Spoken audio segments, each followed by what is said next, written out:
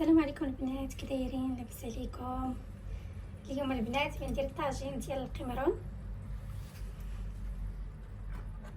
راني غسلته ونقيته حيت من دوك العريقات اللي كيكونوا فيه كحلين. هنا عندي قزبور وضريسه ديال الثومه. هنا عندي زيت الزيتون.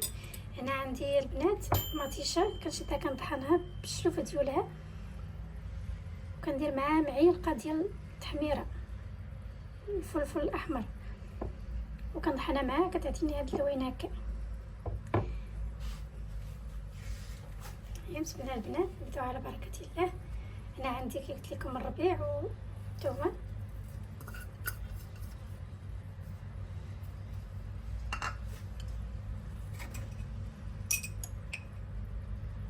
هنا معلقه ديال القزبور، معلقه صغيره.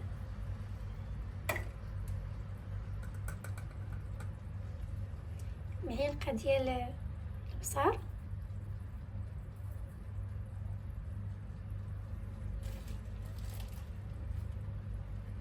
معلقه ديال التحميره الفلفل الاحمر. كاين اللي يقول ليه الفلفل الحلو، كاين اللي يقول ليه الفلفل الاحمر، حنا كنقولوا ليه التحميره.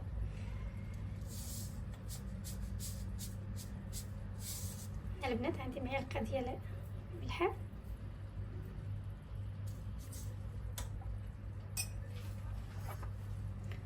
وهنا زيت الزيتون.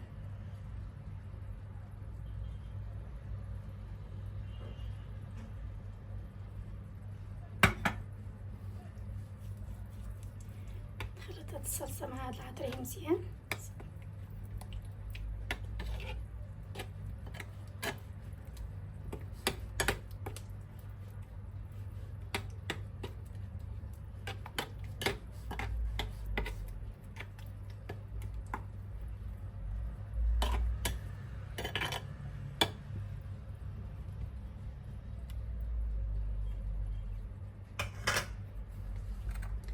البنات عندي القمرون نسدو بحال هكا يجي قاد.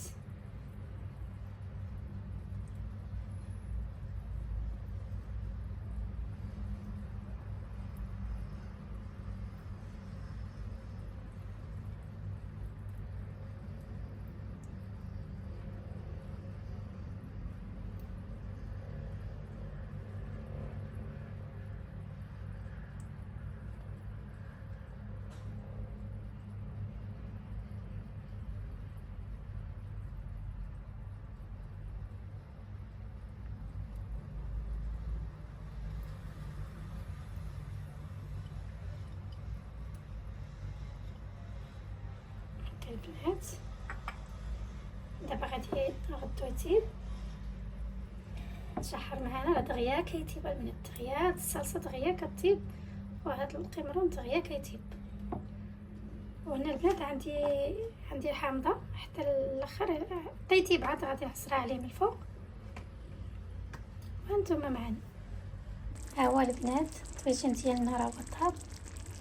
انا خليت فيه لاصوص، بغيت يبقى فيه لاصوص، اللي بغى يخليه ينشف مزيان يخليه.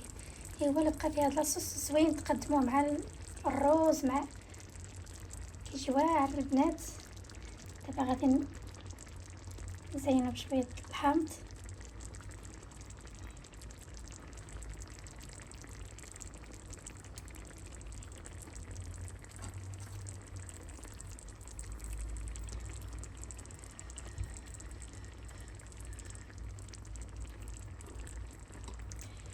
البنات غادي ندير عليه شوي عصيره ديال الحامض صافي. البنات قدموا على هاد الطريقه بالصحه والراحه، ونتمنى يعجبكم البنات وقبلوا عليا.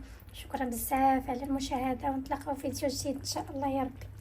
السلام عليكم البنات.